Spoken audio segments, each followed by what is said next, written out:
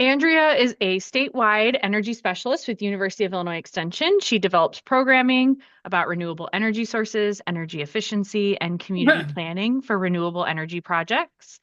Andrea is a passionate about helping her community, understanding how they can benefit from these types of projects, and providing accessible information for farmers or landowners, homeowners and renters, and government officials.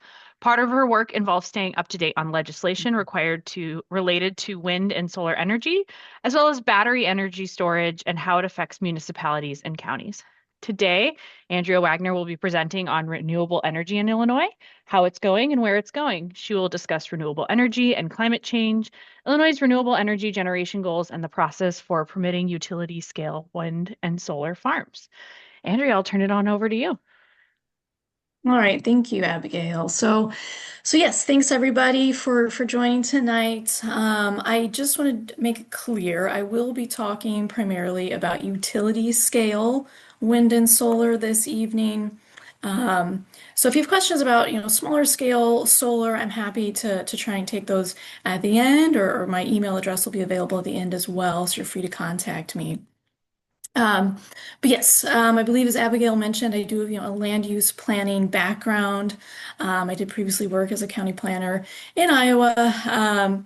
And so I think, it's important to remember that when we talk about renewable energy, especially on this big utility scale, we are talking about not just a power generation change, but a big land use change that affects different people in different ways. And so what I hope to bring to Extension with this background, this is a brand new role, the Sustainable Energy Specialist role.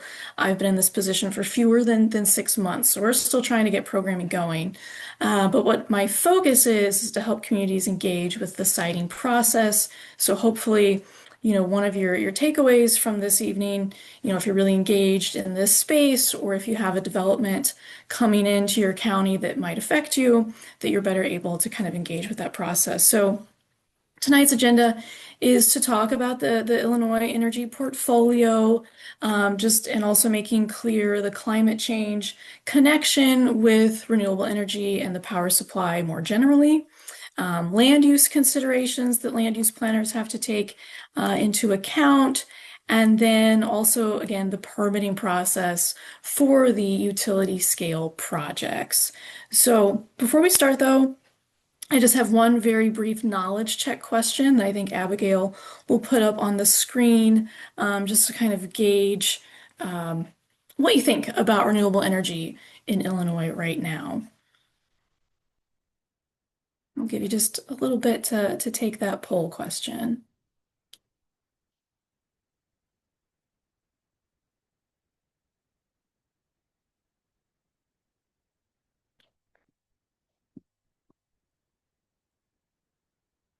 Okay, it looks like almost everybody's taken it.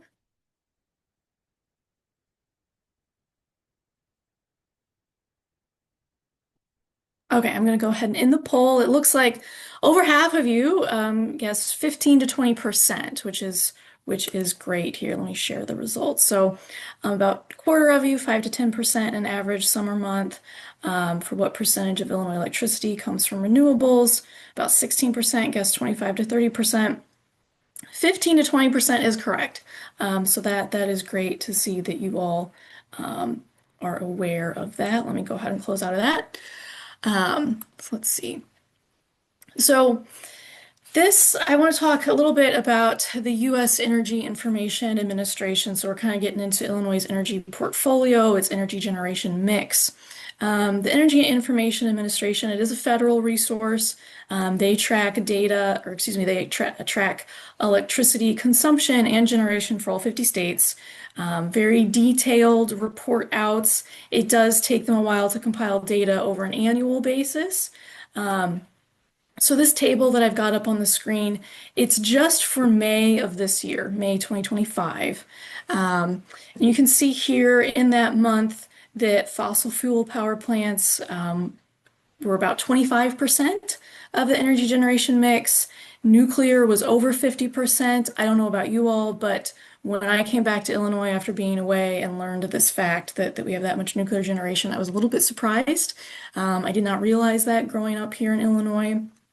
And then renewables were just a little bit over 18% in May of 2025.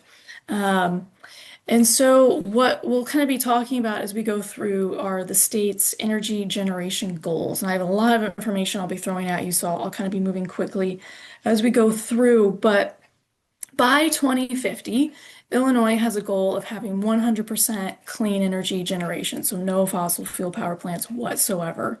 Um, Between nuclear and renewables, we're at about 75% right now for just, an average summer month.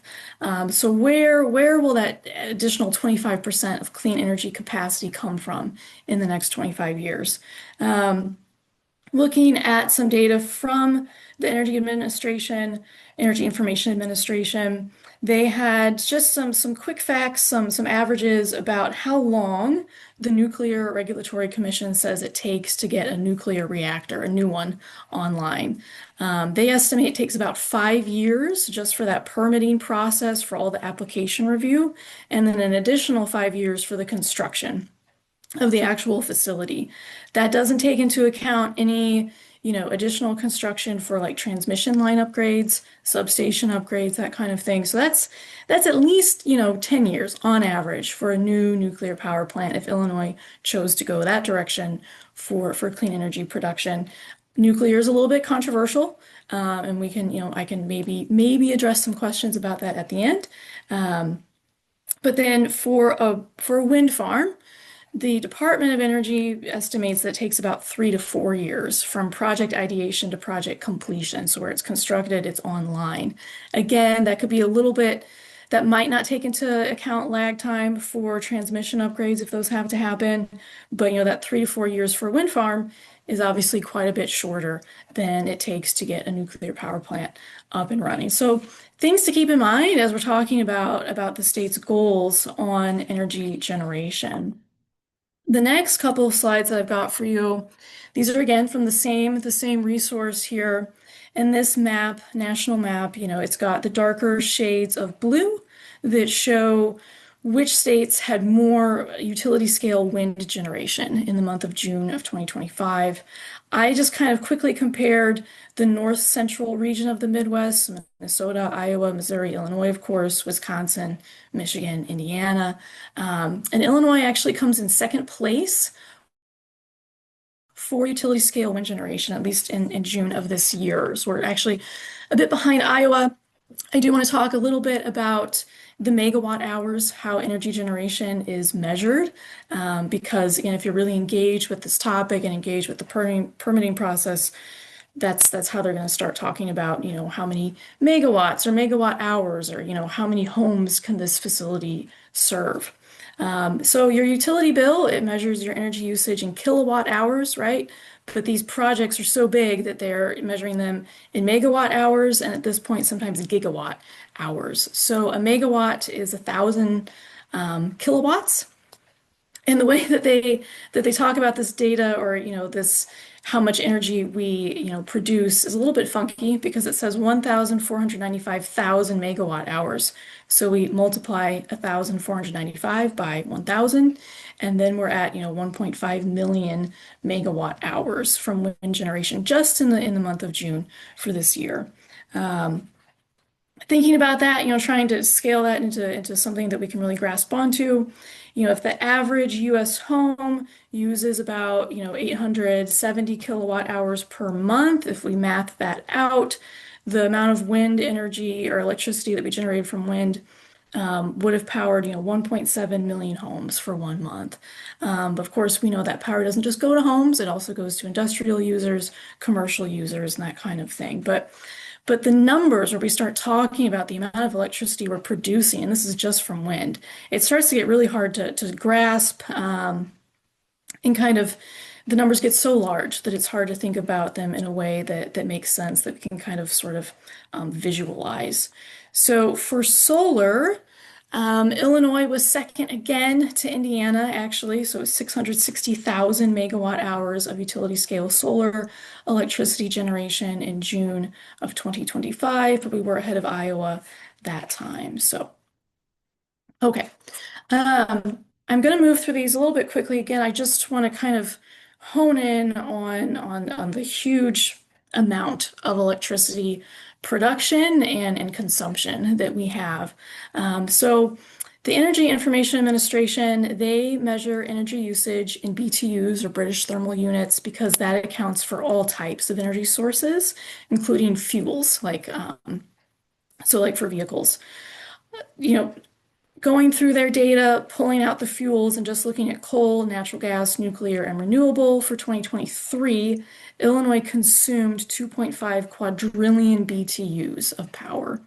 Um, that's over 735 trillion megawatt hours for a year. And again, it starts to get really incomprehensible, the amount of electricity that we're consuming.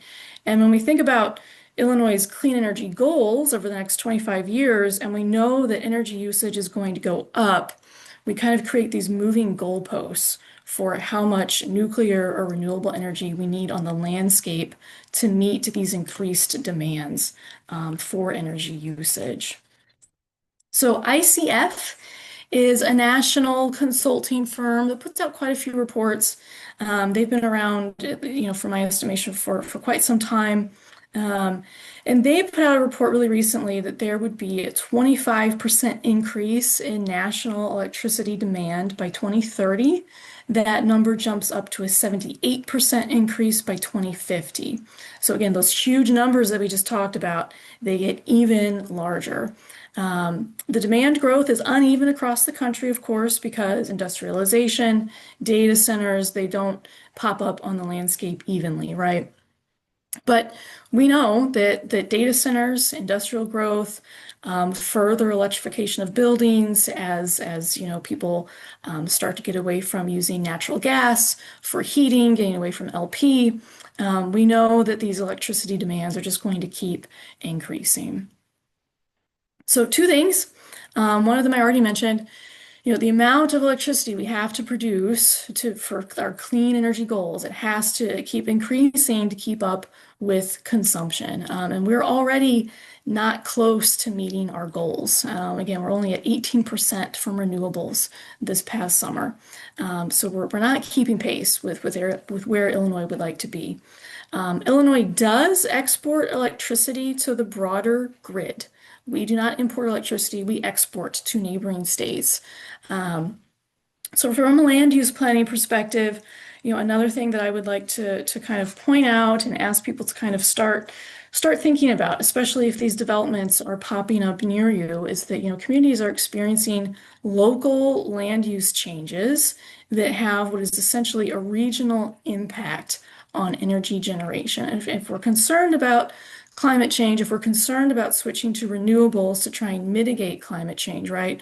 We're asking people very locally to deal with, visual impacts, things that they might not necessarily agree with, to have a broader regional impact, for the betterment of people that they don't know. People they don't know, they don't see, right? This broader community. And it is hard for communities to rally behind projects that do not directly benefit them.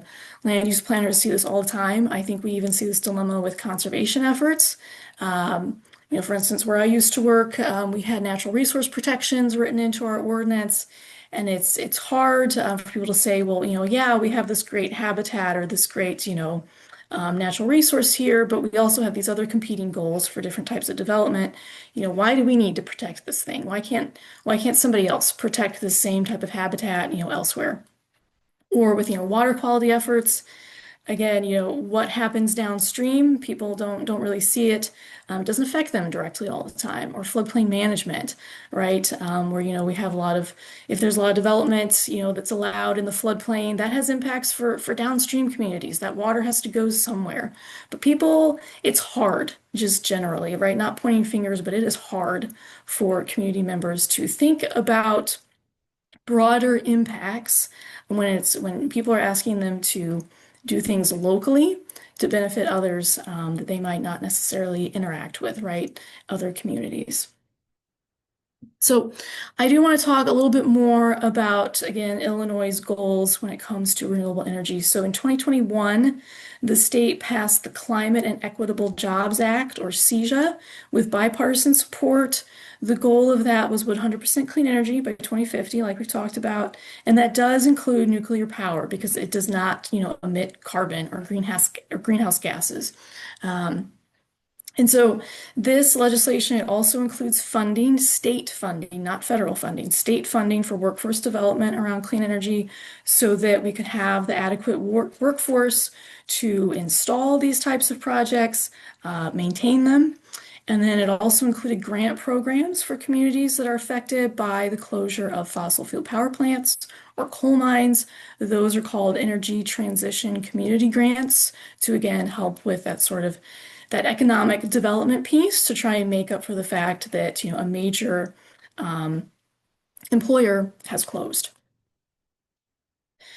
So I'll try and talk through these targets. Again, I'm going rather quickly because there's a lot to cover. So if you have questions at the end, just put those in the chat. But the state's targets through CEJA, they are met through what's called the Renewable Portfolio Standard, or RPS. Many states have such a portfolio standard. In Illinois, meeting the goals of that portfolio standard is mandatory. And that means that utilities have to meet those renewable energy goals.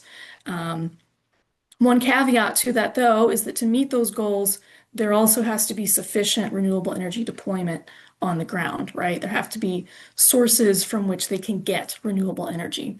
And our utilities, they're not the utility companies, Ameren, ComEd, Mid-American, if you're in their territory in Illinois, they're not the ones building out these facilities, right? They purchase power from them.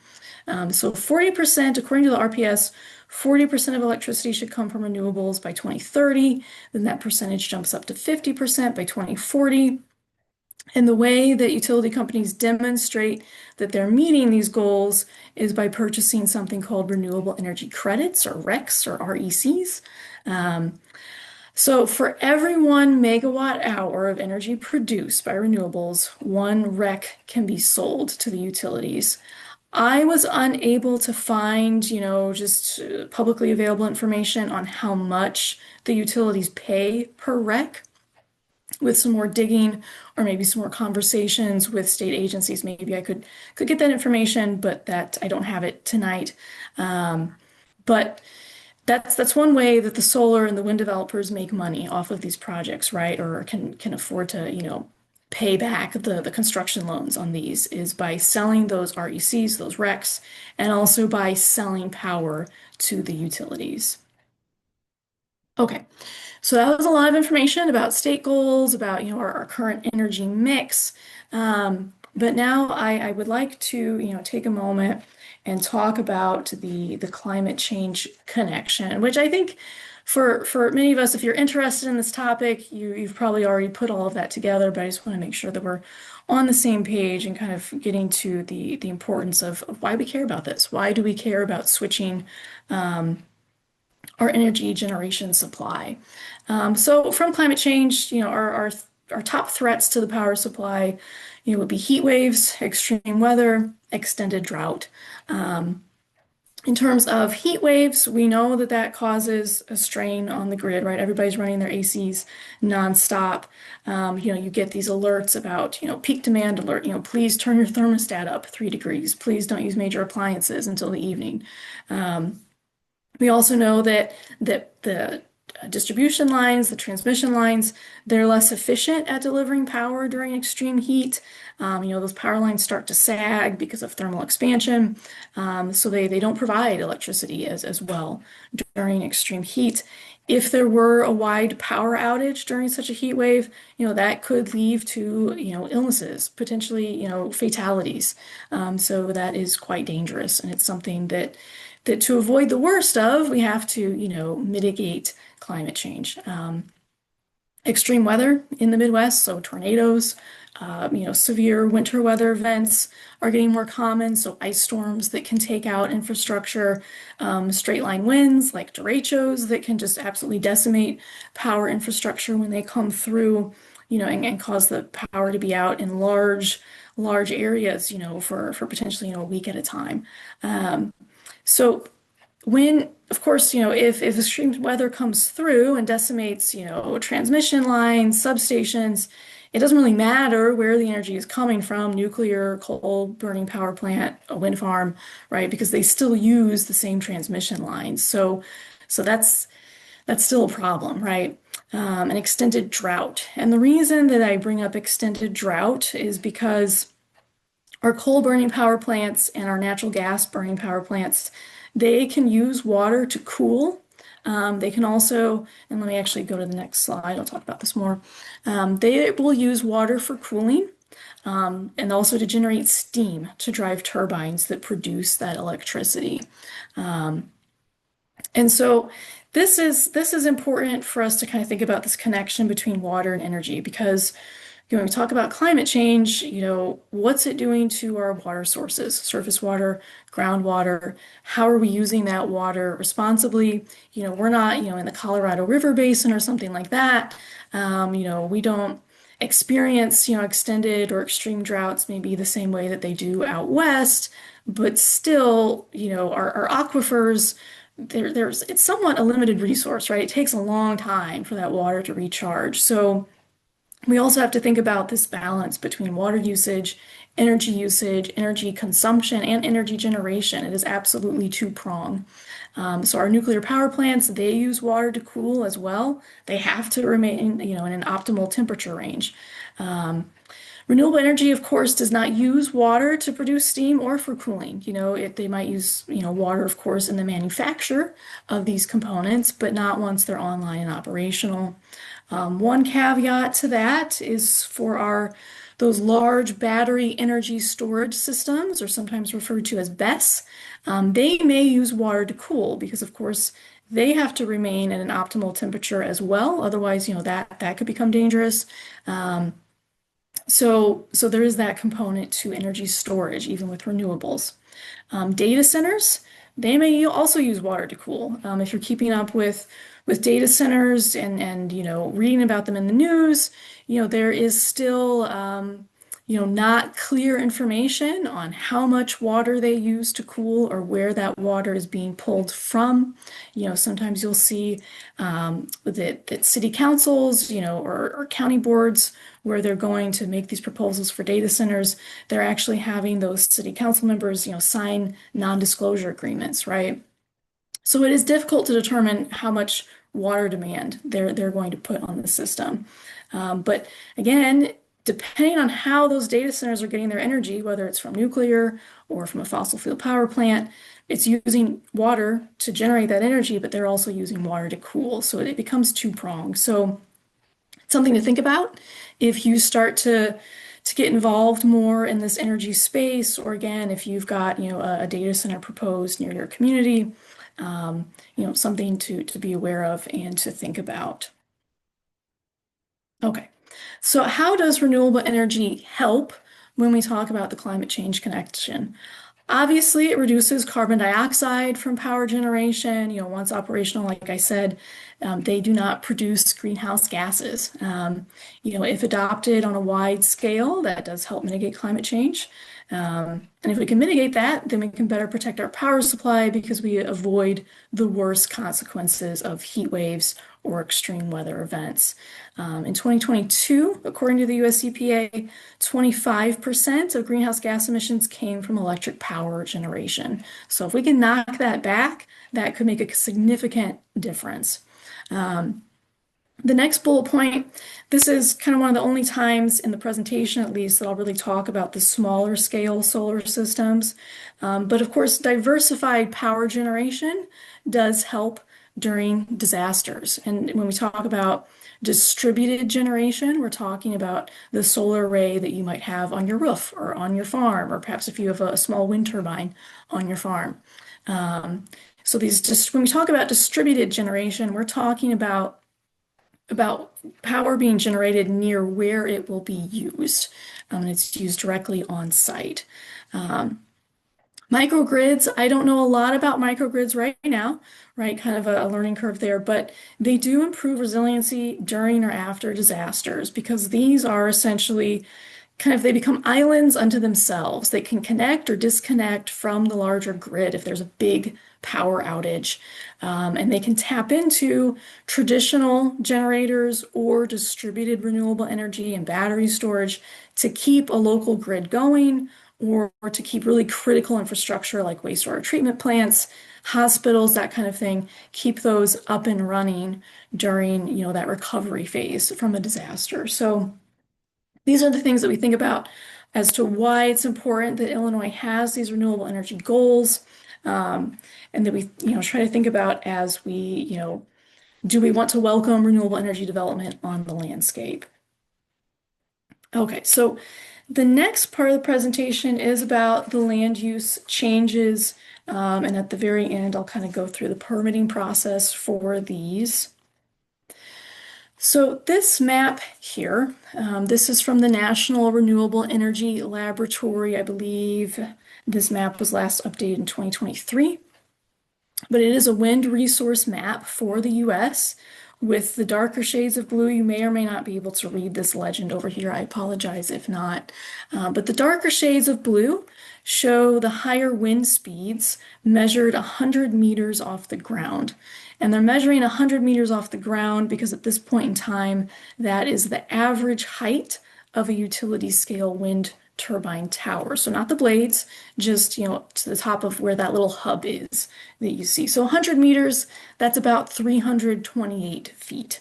And so in order for these wind turbines to really operate, at their maximum capacity or operate well, they need to have wind speeds of at least 4 meters per second.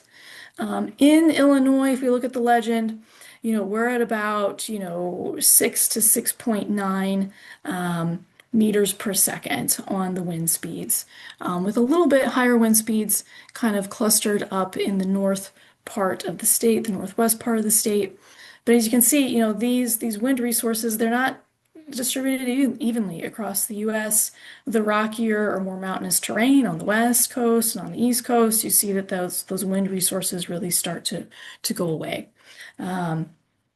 So this goes back to, that in the Midwest, again, if nationally we care about climate change, all right?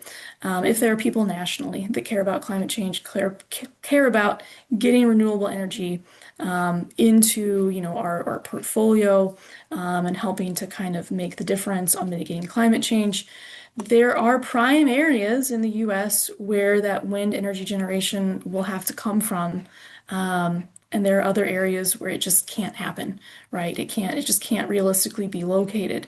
So again, we're talking about those local land use changes that have a broader impact, right? Beyond just our local communities. Let's see here. And the next map I've got to show you, this is the solar irradiance over, an annualized period. So if you were to look at this same map for just the summer months, we would also be bright red. The state of Illinois, we'd look more like the Southwest does, but this is an annualized map. I haven't found very much good information about how many peak hours of sun solar developers look for when they're siting these big solar arrays. But essentially what we see here is that the darker reds and oranges mean that they have, more peak hours of sun, meaning, those solar arrays can operate maximally. They have more hours of the day to operate at their maximum efficiency. In Illinois, we're in about the 4.5 to 4.9 hours per day, again, averaged annually for those peak sun hours. And one thing to keep in mind, though, as we're looking at the Southwest, it looks like a really prime location. And of course, they do have a lot of solar farm development, but everything's a balancing act. We know that those solar arrays, once they get too hot, they don't operate as efficiently. So again, these solar developers are looking for that sweet spot where they can get, sufficient peak sun hours per day, but also, not such extreme heat that they're going to lose efficiency that way. Okay, so in this slide, it's pretty obvious for everybody in Illinois, this land use conundrum for utility scale wind and solar. So we are generally going to see these built out in unincorporated portions of the counties, or for solar in very specific locations within city limits, in municipalities. What's controversial with that? Unincorporated land is not empty. There is something there. It has a land use. It's farming, right? Illinois has prime farmland, as we just saw on the wind resources map. We also have that prime wind resource, and we're also, a good candidate for solar development. So we have these competing land uses that can cause quite a bit of heartache and headaches for individuals when they see this land use change. And some reasonable skepticism from the ag community on what are we doing covering our prime farmland with solar arrays. So that is where a lot of the controversy, of course, comes from. And I want to talk through these two images on the screen. These are both developments in Illinois. On the left-hand side, this is just a small portion of the Twin Grove wind farm. This is up near Bloomington. And we're looking at, I think I measured off about 320 acres in this aerial photo from Google Earth. And you can kind of see these long shadows that the wind turbines are casting here. Let me see if I can put on my laser pointer. There we go. These long shadows that the turbines are casting, you can kind of see their access roads and this little bulb at the end where their base is located. So there's 6 total turbines in this photo here. Obviously, they're not taking up that much real estate in terms of farmland. Of course, during the construction of these, you're going to have, compaction for this access road, compaction for when they're building this base, potentially some damage to drainage tiles, that kind of thing. But overall, they don't take up that much real estate on the landscape. But at least in my experience, the wind turbines seem perhaps more controversial than the solar arrays. And I think that is just mostly because of the visual impact. They are much larger. They can be seen from much further away. And they represent, a change to, your view on that rural landscape. And so controversial for that reason. I do just want to acknowledge that during this presentation, that they cause a lot of hard feelings, especially for landowners who are near them, but not receiving the land lease payments for them, right? And then on the right-hand side, this is a very small snippet of the Double Black Diamond solar farm. This is a little bit southwest of Springfield. Part of it is in Sangamon County. This solar array, unless something has changed very recently, it is the largest solar farm east of the Mississippi. And again, this is a very small snippet of it. It is actually about 5 miles wide. I couldn't believe that when I read it, but I did double check. I measured on Google Earth, and it is about 5 miles wide. So you can see that they have left some space here, right? Because these are going to cause some amount of runoff, right? And so they've left some space here. You can see there's a waterway that they're kind of trying to protect and buffer. These are actually mounting racks over here that they just haven't put the panels on yet. I'm not sure how old this photo is off the top of my head. It might be complete now. But you can see why people, are going to be concerned about the fact that this may have been prime farmland that now has solar arrays. These are packed pretty close together. And you've probably heard things about, agrivoltaics and the promise of that presents in terms of continued crop production with solar farms. In terms of your typical corn and soy rotation in Illinois, what I've heard from researchers at the University of Illinois is that it would be very difficult to find a solar developer willing to space the rows of panels far enough apart to allow modern farming equipment to get between those rows for your typical corn and soy rotation.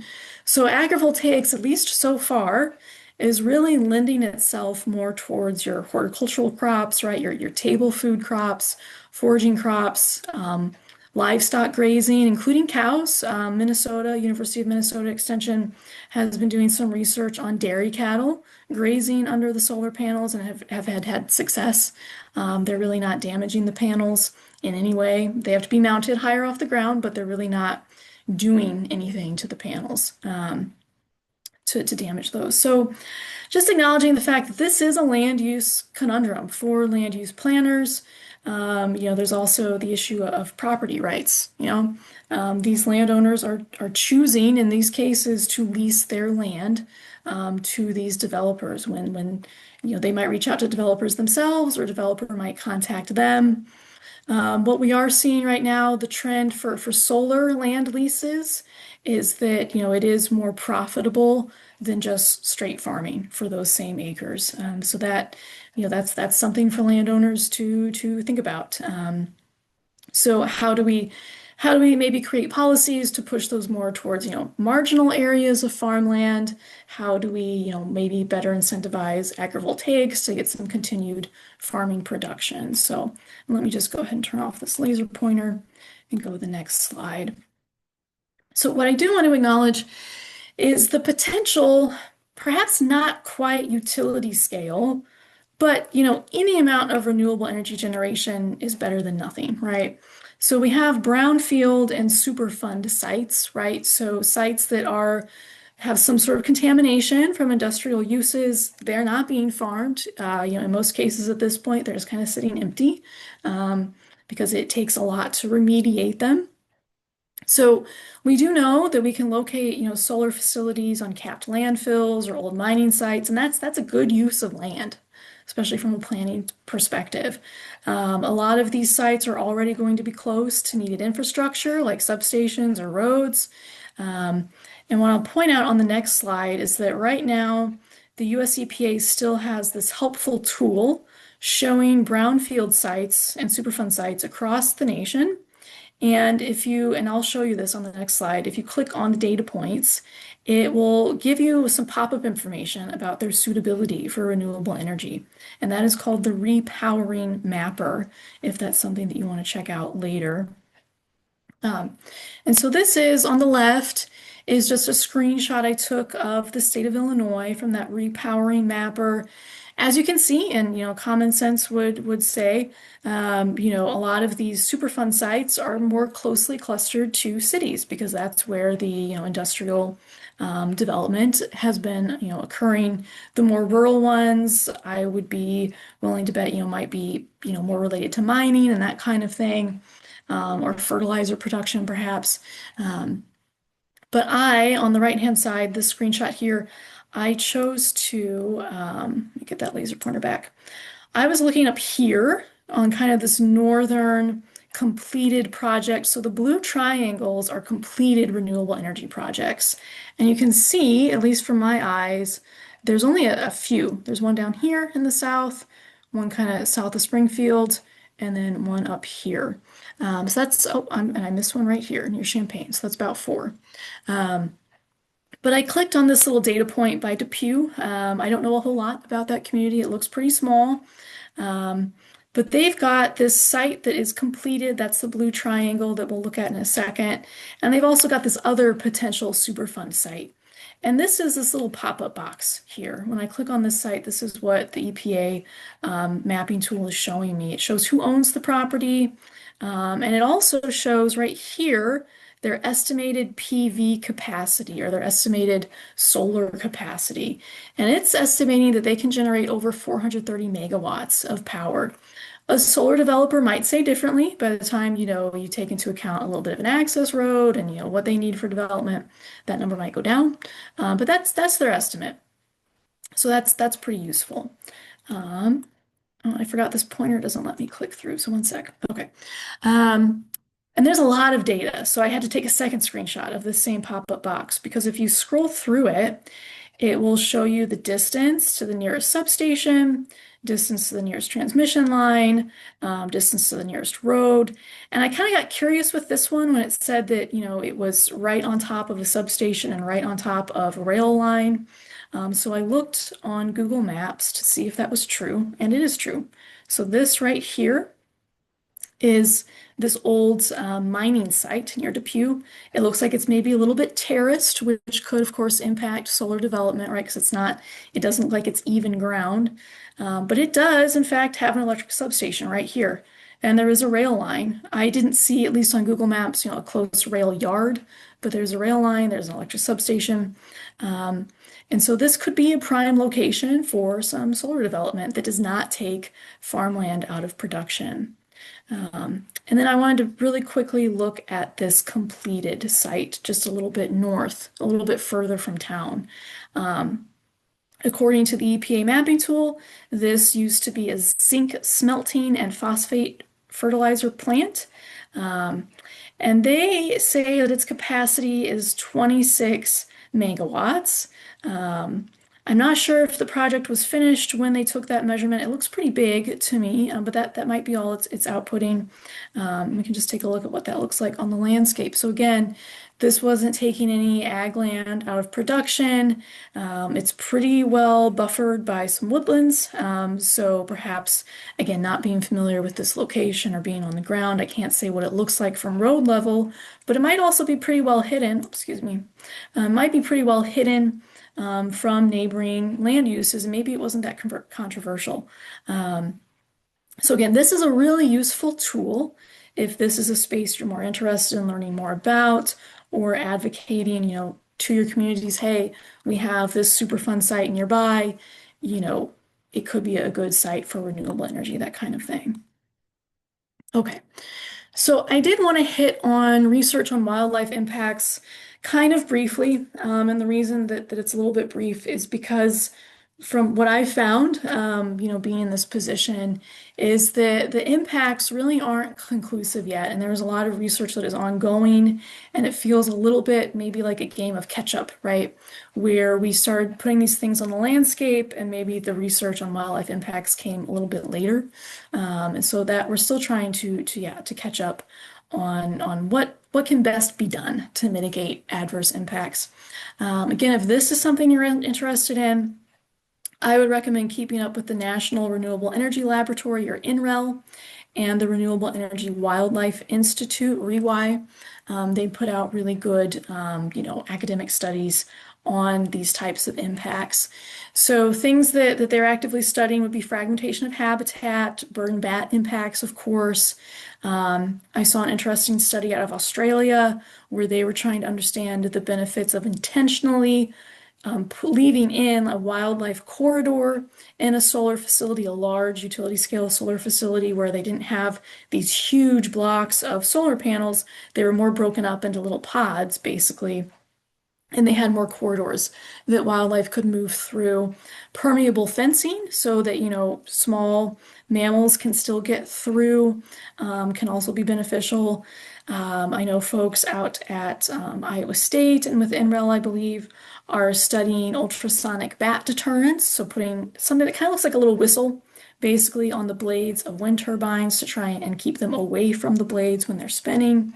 And one thing I did find out very recently, last week, was that the reason we have more data available for bird fatalities in the Southwest US is because those facilities were built on public land, federal land, and were subject to the NEPA permitting. And so we don't have as good of data on other projects on private land. And I will say the numbers on the number of bird fatalities and also the reasons for those fatalities seem really inconclusive at this point. So that's one reason I did not include any numbers here. But if you have questions about that, I'm happy to answer those, perhaps via email if you want to reach out to me. But getting back to the land use planning aspect, everything is a balancing act. Human development, we are not good at developing anything that plays nice with other animal species, with wildlife, right? All of our development has had, some sort of negative impact. And it is truly a balancing act for individuals who review these permitting applications, trying to figure out while there could still be, some fatalities to birds and other types of wildlife, on the other hand, what happens if we do nothing, right, to try and mitigate climate change, right? We have whole ecosystem, collapse.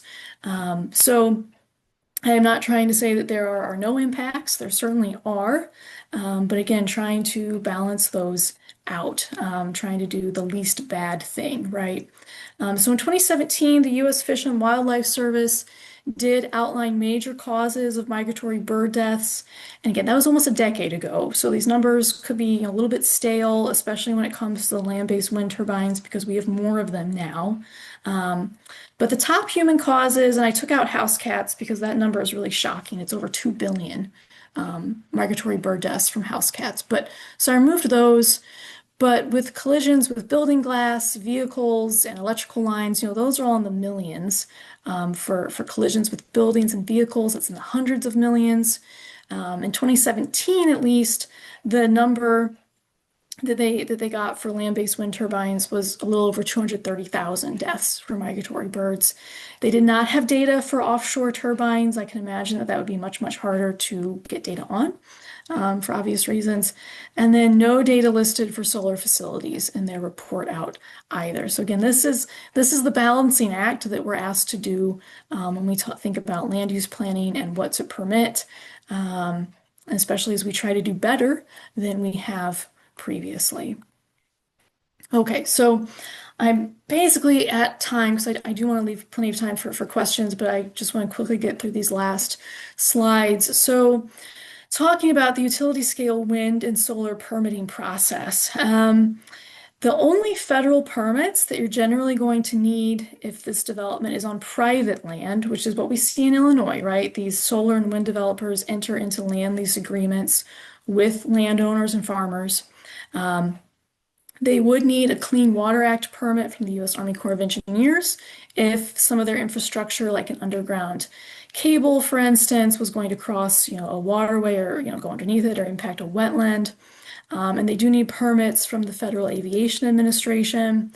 If on federal land, then the U.S. Forest Service or the Bureau of Land Management would become involved, and that National Environmental Policy Act or NEPA permitting would apply at that point. Okay, so in Illinois, permitting for these utility scale developments are handled at the local level.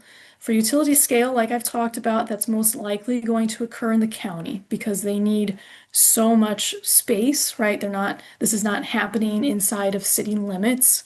So if you're not super familiar with zoning or jurisdictions, so typically what happens in counties is that the municipalities have their own separate jurisdiction, their own separate zoning ordinance, and then the unincorporated part of the county has its own jurisdiction, completely separate. In Illinois, outside city limits, they basically kind of draw this little radius, this 1.5 mile radius around a city and say, okay, this is kind of in your planning, your long range planning area, right? If you were to annex land and keep growing. So cities do have control over that 1.5 mile buffer outside their city limits, right? The counties cede that control to the municipality, but otherwise, if a utility scale development is further away from a city than 1.5 miles, then it is all up to the county as to what happens with that permitting process. So there would be at least one public hearing with the county board or the zoning board of appeals.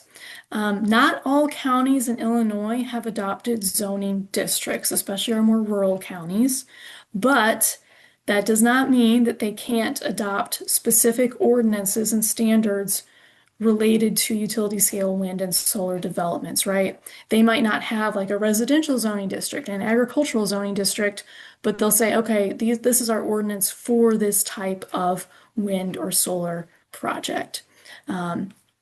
Those standards that they adopt must comply with Public Act 102-1123, which I'll talk about on the next slide. That is some state legislation that was passed a couple of years ago. If a county does not adopt those standards or any standards related to wind and solar development, then it cannot place restrictions on that utility scale development because they don't have any laws on the books for the developer to abide by or to enforce. So one goal of my programming would be to, kind of encourage in rural counties that it's a good idea to adopt some sort of ordinance, even if they just adopt the state language in that Public Act 102-1123, even if they just adopt it by reference, then that's likely better than having nothing on the books. Okay, so This Public Act, 102-1123, that was enacted, I believe, in January of 2023. It only applies to county jurisdictions. That's kind of why I tried to talk through county jurisdiction versus municipal jurisdiction. So it does not apply to anything happening inside city limits. And it does prohibit counties from just an outright from enacting an outright ban on utility scale wind and solar developments. They can't put a moratorium on those types of renewable energy developments. The legislation also lists the most restrictive setbacks allowed. So counties cannot impose stricter setbacks. If you're not familiar with what a setback is, I'll talk about one specific type in a moment. But basically, it's the measurement, the distance between, let's say, the edge of a solar array and either the property line or some other neighboring structure like a house or a community center or something like that. The state legislation, it also lists out some standards for screening solar facilities specifically, right, with some sort of fencing or buffer area, and then planting a pollinator seed mix. And counties can choose to adopt those standards, but they don't have to. And the state listed standards, again, they're not requirements. They are the maximum allowable restrictions because, again, the state is trying to encourage this type of development. So they do not want counties having such strict regulations that the development becomes impossible. And again, just in case any of you have, especially a wind farm, popping up near you or have heard inklings of one, I do want to talk through one very specific setback and how they measure that. Because if you're going to get engaged with this, it's always really important to do your homework and know what exactly the ordinance is talking about and what the developer is talking about so you can provide good public comment if that's something you want to do. So this graphic, our extension marketing team actually drafted this up for us. It'll be on our website soon. But when they talk about measuring setbacks for wind turbines, the way that they measure them, according to the state legislation, it's called the total blade tip height.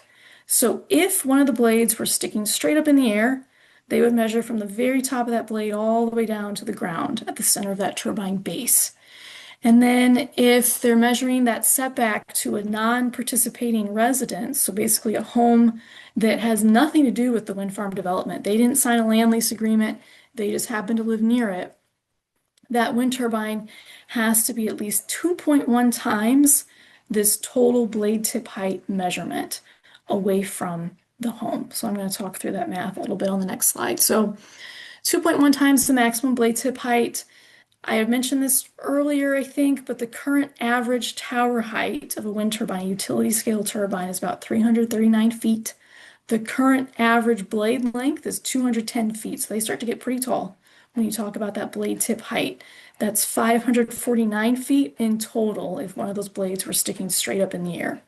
So when we multiply that out, that setback from like a non-participating residence would be 1,152.9 feet, which is nearly a quarter-mile setback from non-participating residences. So I did want to kind of talk through that one because that one is probably the most confusing type of setback because of how they measure the height of those towers. So something good to be aware of. Okay, so state environmental reviews, I'm almost through, just a couple more slides left, but the county can require that the Illinois Department of Natural Resources conduct what's called an EcoCat review that does evaluate potential impacts to threatened and endangered species. And it can also require the developer to avoid protected lands identified by the Illinois Department of Natural Resources or the Nature Preserve Commission. And in addition to that, not just avoid them, but be set back from those lands. So again, that would be like a 2.1 times the total height of that wind turbine. So basically 1,100 feet, almost a quarter mile from those lands. And this is I think this is almost my last slide. Yeah, this is about my last slide that has any, beefy information, we'll put it that way. The public hearings. I wanted to end on this point because again, if you're really interested in this, or if you have a utility scale development coming online near you, you might be interested in attending the public hearing because that is your right to do that. These utility scale developments, they will generally fall under a special use permit or a conditional use permit. As with all such permits, public hearings are required for that permit to be issued by the county. Cities also have a very similar process for special use permits or conditional use permits. They're basically two names for the same type of permit, essentially. Um, Members of the public are welcome to come to these hearings. They can provide comments or testimony. Um, but what I will say is this, and this people might not realize this about public hearings. I've been to many of them as an old land use planner. Um, and one thing to note is that with these developments, the county, in their ordinance, they might state how the radius away from the development where they will mail out notices of the public hearing. They will actually send, a letter saying, hey, there's a public hearing coming up on this project. Here's the date and time. The radius that they cover when we send out those mailings, it's usually not actually that very far. So like for a wind farm, people who would still be able to see the turbines aren't necessarily getting notice of the public hearings, if that makes sense. So it's something simply to keep an eye on. Keep an eye on the local news. Keep an eye on, reach out to your city or county. Because again, they'll only mail out notices of the public hearing to people who are really going to be more directly impacted. And one other last thing to note, if the development meets the standards adopted by the county, again, we're talking about utility scale, then that county board or board of appeals would have a really difficult time denying the permit on the basis of subjective opinions, right? So these types of hearings can get very emotional. And my job as an extension specialist is not to sway anybody to be, in support of renewable energy development or opposed to it. I give out information, people do with that information what they want to.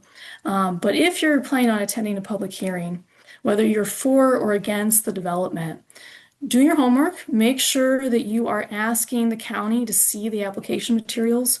Generally, all of that is going to be public information because you want your comments to be really relevant so that they can truly be taken into account. Because when the board votes, especially if it's Board of Appeals, they might make something called a findings of fact, which explains how a decision was reached. And if the developer feels that it was denied and the findings of fact are insufficient, that it wasn't really based on fact, they could potentially sue, right? Because that permit was denied, and that could be really costly for the county. So whether you're for or against this type of development, talk to Extension. If you want research and resources, talk to us. Again, I don't care if you're for or against the development. I'll give you what I can. It's up to you to decide what you do with it. But you do your homework before you go to the public hearing.